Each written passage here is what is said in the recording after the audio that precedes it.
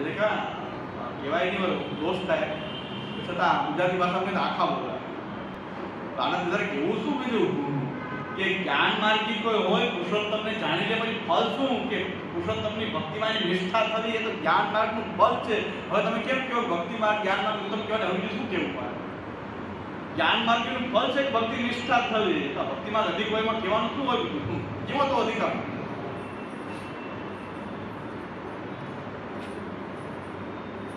કિમિતો અધિકમ વાક્યમ અનેક પ્રમાણ સિદ્ધત્વાંતે વિદદ્ભિર જ્ઞેયમ. વિદ્વાનને ખબર છે અનેક પ્રમાણથી શુદ્ધ છે કે ભક્તિ માર્ગ તો ઉત્તમ જ છે. વિદદ્ભિર જ્ઞેયમ અને હવે જો પ્રમાણ જોતું હોય તો ઋગ્વેદમાં કીધું છે ઋગ્વેદે પઠ્ય છે તમુ સ્તોતાર પૂર્વમ યથાવિદ ઋતસ્ય ગર્ભમ ધનુષા વિપર્તન આસ્ય જાનંતો નામ જીત વિવક્તન મહસ્તે વિષ્ણુ સુમતિ મજામહે. આ ઋગ્વેદમાં કીધું છે કે તમુ સ્તોતાર પૂર્વમ યથાવિદ ઋતસ્ય ગર્ભમ ધનુષા વિપર્તન આસ્ય જાનંતો નામ જીત વિવક્તન મહસ્તે વિષ્ણુ સુમતિ મજામહે. એનો વિષયથી અર્થ કરે છે આ ઋગ્વેદના આ મંત્રનો એ વિષયથી અર્થ કરી રહ્યા છે કે તમુ સ્તોતારઃ એનો અર્થ શું થાય? તમુ સ્તોતારઃ એટલે કે હે સ્તોતારો, હે સ્તુતિ કરનારાઓ. સ્તોતારો એટલે શું કે મદ ઉત્કર્ષ વર્ણન પ્રાહ, ભગવાનના ઉત્કર્ષનું વર્ણન કરનારા, ભગવાનનો ઉત્કર્ષ સ્તુતિ રૂપે કહેનારા. પૂર્વમ સર્વ કારણ કારણ રૂપમ તમ લોક વેદ પ્રસિદ્ધમ પુરુષોત્તમ ભવંતો યથાવત વિદંતિ તત્ સ્વરૂપમ ઇતિ યથા ભૂતા યથાવિદ ઋતસ્ય ગર્ભમ. પૂર્વમ એટલે સર્વ કારણ કારણ રૂપમ, ભગવાન જે સર્વ કારણના કારણ રૂપ જે છે લોક વેદ પ્રસિદ્ધ પુરુષોત્તમ એ ભગવાન ભવંતો યથાવત વિદંતિ, ભગવાન જેવા છે એટલે બરાબર જે જાણે છે. તત્ સ્વરૂપમ યથા ભૂતા, તત્ સ્વરૂપમ ભગવાનના એ સ્વરૂપને બરાબર જે જાણે છે. ઋતસ્ય શ્રુતિ વાણી રૂપસ્ય વેદસ્ય ગર્ભરૂપમ. આ ઋતસ્ય ગર્ભમ ધનુષા વિવર્તન. ઋત શ્રુત વાણી જે સત્ય વાણી રૂપ જે વેદ જે છે એ જેના ગર્ભમાં રહેલો છે, ભગવાનની અંદર રહેલો છે વેદ. સ્વદોરસ્થમ વેદમ વિશ્વહિતાર્થમ બ્રહ્મણ ઉદ્દિષ્ટવાન ઇતિ તથા. પોતાના અંદર રહેલો જે વેદ જે છે વિશ્વનું હિત થાય એટલા માટે બ્રહ્માજીને એનો ઉપદેશ ભગવાને કર્યો છે. ધનુષા એટલે શું? ધનુષા વિપર્તન એટલે શું કે ધનુષા સ્વજન્મે નૈવ સંપૂર્ણેન ન તો ક્ષણજામ માત્રેણ. ભગવાનનું જે ભજન એ ભગવાન કે જેના વેદ જેના ગર્ભમાં રહેલો છે કે જેને વેદને બહાર પ્રકટ કર્યો એ ભગવાનને આખા જન્મ સંપૂર્ણ જન્મ સમર્પિત થઈને એ ભગવાનને સંતુષ્ટ કરવા જોઈએ. ન તો ક્ષણ યામ માત્ર સેવા કેટલી હોય, ક્ષણ ને યામ માત્ર નહીં, એ આખું જીવન એ ભગવાનની સેવામાં લાગે. વેદ કહે છે, શિવ સાંઈજી કહે છે વેદનું પ્રમાણ જોઈ લો. ખાલી ક્ષણ યામ માત્ર નહીં ભગવાનમાં લાગવું એટલું નહીં, પણ આખો જન્મ જે છે સંપૂર્ણ જન્મ વિપર્તન પૂર્તિયુક્તમ સંતુષ્ટમ પૂર્તમ એ ભગવાનની સુખ માટે એ ભગવાનને આખા જન્મથી ભગવાનને સંતુષ્ટ કરો. અત્ર યથાવિદ્યોક્ત્યા પૂર્ણ જ્ઞાનાનામ દેહેન્દ્રિય પ્રાણાંતકરણ જીવાન તદર્થમેવ તદ ભજનાર્થમ ઉપયુક્તાન કૃતે ઇતિ ભક્તિ માર્ગે વિનિયોગમ ઉપદેશતિ. તમે ભગવાનને સારી રીતે જાણો. યથાવિદ્યોક્ત્યા યથાવિદ્યોક્ત્યા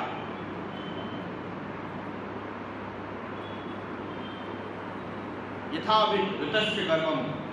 તો યથાવિદ કીધું છે તમે ભગવાન જેવા છે એવું તમે જાણો છો એટલે જ્ઞાની થઈ ગયા. પણ જ્ઞાનીને પણ શું કીધું છે કે તમે ભગવાનને સંતુષ્ટ કરો, સેવા કરો. તો જ્ઞાનીને ભક્તિ માર્ગ કરતા ઉત્તમ છે કે નહીં? જ્ઞાન માર્ગ કરતા ભક્તિ માર્ગ ઉત્તમ છે કે નહીં? જ્ઞાનીને પણ કીધું છે કે તમે સેવા કરો. સેવા એટલે ભજન, ભજન એટલે ભક્તિ. જ્ઞાનીઓને આદેશ કરે છે વેદ કે તમે ભગવાનને સંતુષ્ટ કરો. જેને તમે જાણ્યા છે સેવા ન કરો, ખાલી જાણ્યા જ કરો તો અધૂરું છે. તો ભક્તિ નિષ્ઠા ફળ છે. જાણીને શું ફાયદો? તમે એની સેવા ન કરો તો જાણ્યું છે, જેને યથાર્થિક ભગવાનને જાણ્યા છે એને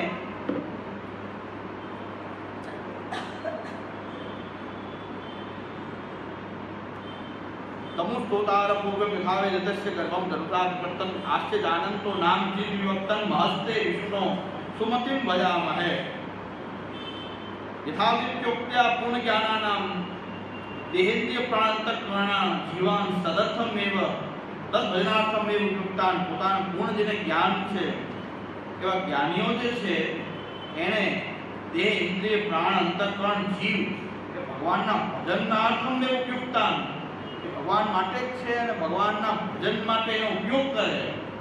ભક્તિ માર્ગે વિનિયોગ ઉપદેશ હતી એટલે ભેદ પડે ને ભક્તિ માર્ગનો ઉપદેશ કરે છે કે તમારા દેહની પ્રાણાંતકરણને ભગવાનમાં લગાડો, એનું ભજન કરો. તેન જ્ઞાન માર્ગાદ ભક્તિ માર્ગ આધિક્યમ અવગમ્યતે ભક્ત્યા વિના ન કોપી પુરુષાર્થ સિદ્ધતિ હૃદયેન આગ્રે દેહાદિ સર્વ વિનિયાગા શબ્દો. એટલે કહે છે કે તેન જ્ઞાન માર્ગાદ આ મંત્રથી સ્પષ્ટ થઈ જાય છે કે જ્ઞાની છે એને કેવું છે કે ભગવાનનું ભજન કરો. તો જ્ઞાન માર્ગ ભક્તિ માર્ગ છે આધિક્યમ અવગમ્યતે. આનાથી ખબર પડી જાય છે કે જ્ઞાન માર્ગ કરતા ભક્તિ માર્ગ જે છે એ અધિક છે. ભક્ત્યા વિના કોઈ પુરુષાર્થ સિદ્ધતિ ભક્તિ વિના કોઈ પણ પુરુષાર્થ માટે ભગવાનનો પ્રાપ્તિ થવી કે મોક્ષ થવો એ ભક્તિ વિના કોઈ પુરુષાર્થ સિદ્ધિ થતી જ નથી. પારલૌકિક પુરુષાર્થ કોઈ જે છે એ ભક્તિ વિના મુક્તિ પણ ન થાય અને ભક્તિ વિના ભગવત પ્રાપ્તિ પણ ન થાય. તો કોઈ પણ પુરુષાર્થ સિદ્ધિ ભક્તિ વિના થતી નથી. ઇતિ હૃદયેન આહ અગ્રે. હવે આગળ કહે છે કે હવે આવી ભક્તિ જેનામાં ન હોય તો શું કરવું? તો અગ્રે દેહાદિ સર્વ વિનિયોગ અશક્તો. આ દેહાદિનો વિનિયોગ જો ભગવાનમાં ન થઈ શકતો હોય તો પણ ઉપાય છે. તો ઉપાય છે આ સમંતાત જાનંતો અખંડ શબ્દ બ્રહ્મ રૂપમ નતુ લૌકિક શબ્દમિતિ નામ સ્વરૂપમ જાનંત સદૈવ વિભક્તન વિશેષેણ વદંતુ. મંત્રનો બીજચરણ આવે છે. તમુ સ્તોતાર પૂર્વમ તથાવિદ રિતસ્ય ગર્ભમ ધનુષા વિપર્તન. એક એ ત્યાં તમે ભગવાનને તમારા આખા જન્મમાં તમારા દેહ પ્રાણાંતક આત્માનો ભગવાનનો વિનિયોગ કરી ભગવાનને સંતુષ્ટ કરો, એવી સેવા કરો ભગવાનની. એવું ન થઈ શકે તો હવે મંત્ર બીજો ચરણમાં કે બીજા ચરણમાં શ્રી સાંઈજી આજ્ઞા કરે છે. મંત્રનું બીજું ચરણ છે આસ્ય જાનંતો નામ જીત વિવક્તન મહસ્તે વિષ્ણુ સુમતિ મજા. હવે કે આસ્ય જાનંતો નામ. આસ્ય જાનંતો એટલે આ સમંતા જાનંતો અખંડ શબ્દ બ્રહ્મ રૂપમ. કદાચ દેહાદિ સર્વનો વિનિયોગ ન થઈ શકે તો ભગવાન અખંડ શબ્દ બ્રહ્મ રૂપ છે. નતું લૌકિક શબ્દ રૂપમ ઇતિ નામ સ્વરૂપમ. ભગવાનનું જે નામ જે છે અખંડ શબ્દ બ્રહ્મ રૂપ છે, એ લૌકિક શબ્દ નથી એવું જાણનારા જે છે તદેવ વિભક્તન વિશેષેણ વદંતુ. ભગવાનનું નામ જે છે પણ અખંડ શબ્દ બ્રહ્મ રૂપ છે, સચ્ચિદાનંદ રૂપ ભગવાનનું નામ છે. એને જે જાણનારો જે છે બસ ભગવાનનું નામ કયા કરે અથવા વિશેષેણ વદંતુ એટલે કે એ કથા કરે, ભગવાનના ગુણગાન કરે. જો પૂરેપૂરું ભગવાનને સંતુષ્ટિ આપવા માટે દેહાદિનો વિનિયોગ ન થઈ શકે તો શું કરે? ગુણગાન કરે. અધિકો મહાત્મ્ય આદિ અજ્ઞાની અધિક મહાત્મ્યનું જ્ઞાન ન હોય તો નામ માત્રમ ભૂત કીર્તયંતુ. જો અખંડ શબ્દ બ્રહ્મરૂપ જે ભગવાનની કથા ગુણગાન કરે પણ એવું પણ મહાત્મ્ય બહુ જાણતા ન હોય તો કહે છે કે બસ સાંઈજી કહે છે નામ માત્ર ભૂત કીર્તયંતુ. ભગવાનના નામનું જ ખાલી કીર્તન કરે. શ્રી કૃષ્ણ શરણમ શ્રી કૃષ્ણ શરણમ નામનું કીર્તન કરે. એતેનેવ ભગવત સ્વરૂપ તન મહાત્મ્યાદિકમ જ્ઞાતમ ભવિષ્યતિ ઇતિ આસેન નામ સ્વરૂપમ ચિદિતિ. ખાલી ભગવાનનું નામ લેવાથી ભગવાનનું મહાત્મ્યનું જ્ઞાન આપવા થઈ જશે. કારણ કે ભગવાનનું નામ પણ સચ્ચિદાનંદ રૂપ જ છે. ભગવાન જેવું જ ભગવાનનું નામ છે. ભગવાનની સેવા ન થઈ શકે તો ભગવાનનું નામ પણ સચ્ચિદાનંદ રૂપ હોવાથી શ્રી કૃષ્ણ શરણમ ભગવાનના નામનું કીર્તન કરે. ભગવાનના નામનું કીર્તન કરવાથી ભગવાનનું મહાત્મ્ય આદિનું જ્ઞાન પણ થઈ જશે. નામનું કીર્તન કરવા થઈ જશે. ચિદ ઉપલક્ષણમ. અને ચિદ વિભક્તન કીધું છે તો ચિદ કીધું છે ખાલી તો ભગવાન નામ ચિદરૂપ છે એટલે ઉપલક્ષણથી કીધું છે. બાકી સચ્ચિદાનંદ સમજવું જોઈએ. ખાલી ચિદ નહીં, પણ સચ્ચિદાનંદાત્મક ઇત્યર્થ નામ સ્વરૂપ જ્ઞાને હોય, નામના સ્વરૂપનું જ્ઞાન હોય તો, નામના સ્વરૂપનું જ્ઞાન ન હોય તો તદ ઉપદેશુ ગુરુ શક્તિ કાર્ય ઇત્યાસેના મહસ્ત. જો ભગવાનના નામનું પણ જ્ઞાન ન હોય તો ગુરુ પાસે જવું, ભગવાનના નામનો ઉપદેશ કરનારા ગુરુ પાસે કામ જવું? ગુરુ પાસે કામ જવું? ખાલી ગુરુ માટે નહીં હો, ભગવાનના નામના મહાત્મ્યને જાણવા માટે. આપણે ગુરુને જાણ ગુરુ પાસે જાય પણ ભગવાનના નામ માટે નહીં. ગુરુ ભગવાનનું નામ ન લે, આપણે ભગવાનનું નામ ન લે, ઈ ટીવી જોવે, આપણે ટીવી જો સાથે જોઈ જાય, ટીવી જોઈ સાથે આવે છે. તો આમાં થાય શું પછી? ગુરુ બનવા માટે વેદ કેમ કે છે ગુરુની આવશ્યકતા છે કે તમને ભગવાનના નામનું મહાત્મ્ય સમજાવે. એટલા માટે ગુરુની જરૂર છે. ગુરુ ખાલી ગુરુ પોતે બ્રહ્મ નથી કે ગુરુને પકડી લેવાના. ગુરુ તો ભગવાન માટે હોય છે, ભગવાનના નામને સમજાવે. એટલા માટે ગુરુની ઉપસંતિ, ગુરુ પાસે જવું.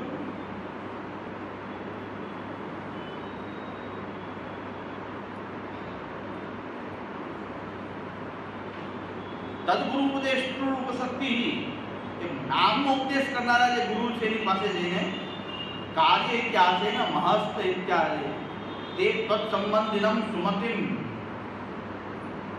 એ જે ગુરુ કેવા હોય છે? મહાન પુરુષો કે આપના સંબંધી, તે તત્સંબંધિનમ ભગવાનના સંબંધી હોવાથી મહાન છે. એમને નહીં, પોતે ભગવાન એમને નથી હું ભગવાન છું. અરે ભાઈ, ભગવાનના સેવા સ્મરણ કરે છે, ભગવાનના સંબંધી છે, ભગવાનની વાત કે છે. એટલે ગુરુ જે છે એ ગુરુની અંદર ગુરુ હોવાથી એની અંદર આ લાયકાત તો જોવી જોઈએ કે ભગવાનમાં ભક્તિમાં એ મગ્ન છે.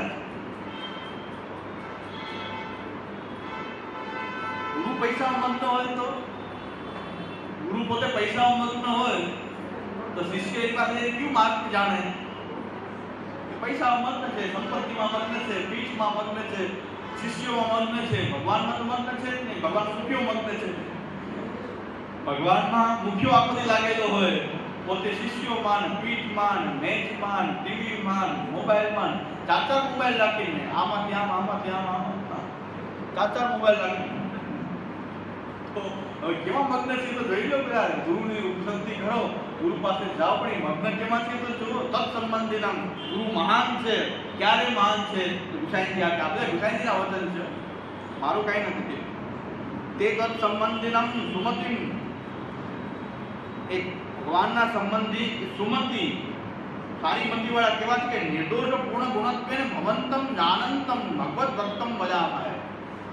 એ ભગવાનના નિર્દોષ ગુણ વાળા જે ભગવાન છે એવું જાણે છે અને ભગવાનના ભક્ત છે એને અમે ભજીએ છીએ. ગુરુ રૂપે પણ કોને ભજીએ છીએ?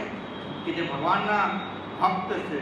સતત સ્વતેજસા પર અજ્ઞાન નિરાશક, એનું તેજ એવું છે. આવા ગુરુ જે છે તે એવું છે કે શિષ્યના અજ્ઞાનનો નિરાશ કરી દે છે, એને ભગવાનમાં લગાડી દે છે.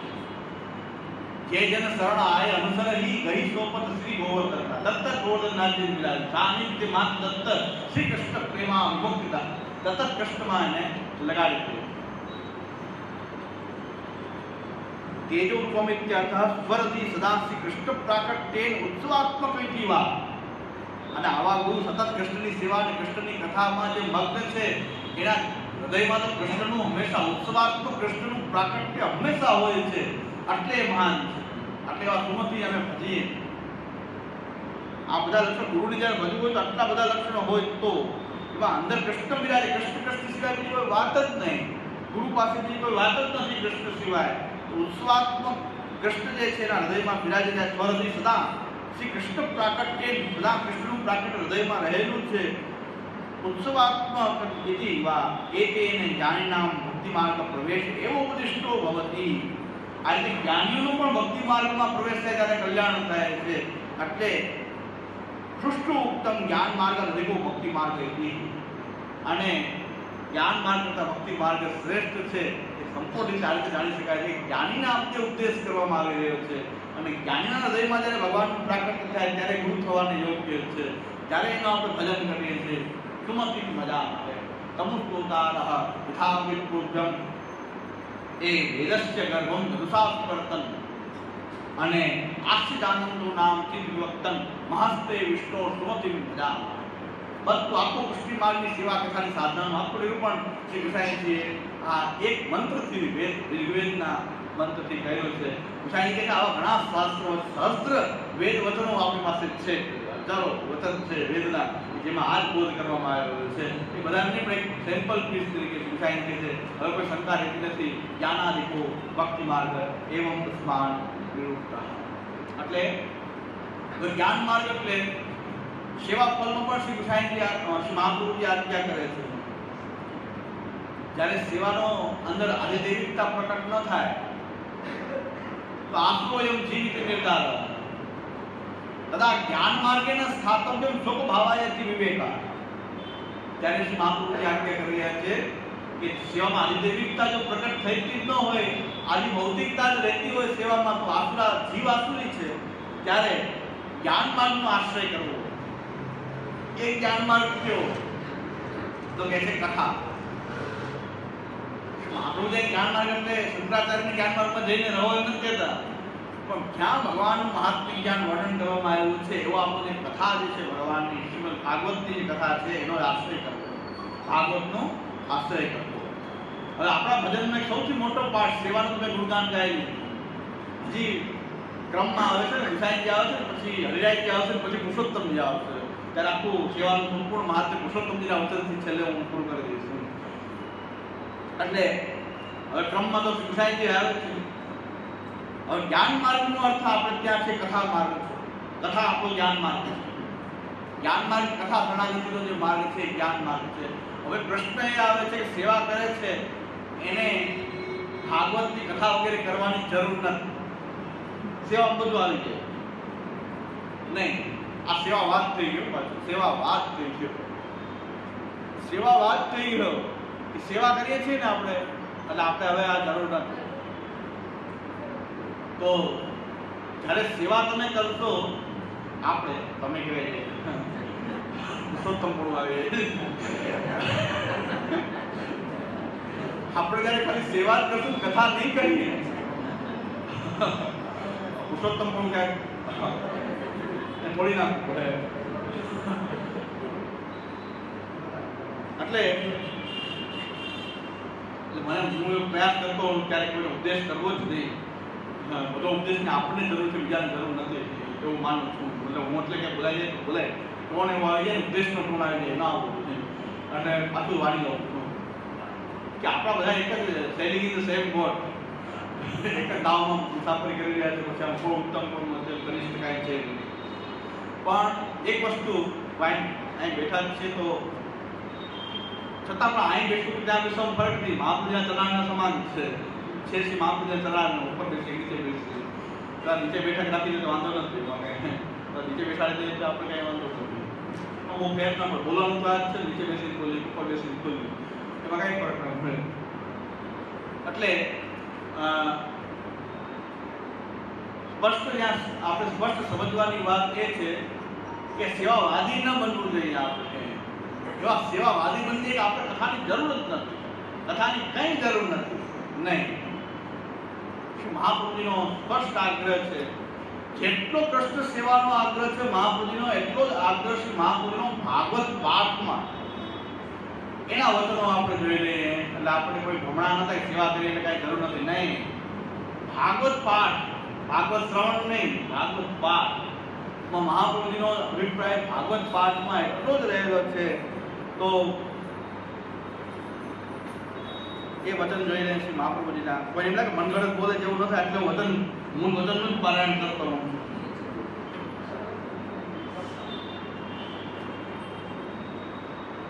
સર્વનિર્ણય પ્રકરણ 253 અને 254 શ્લોક. સર્વનિર્ણય પ્રકરણનો અથવા સર્વદા શાસ્ત્રમ શ્રી ભાગવતમ આદરા. આ મહાપ્રભુજીની આજ્ઞા.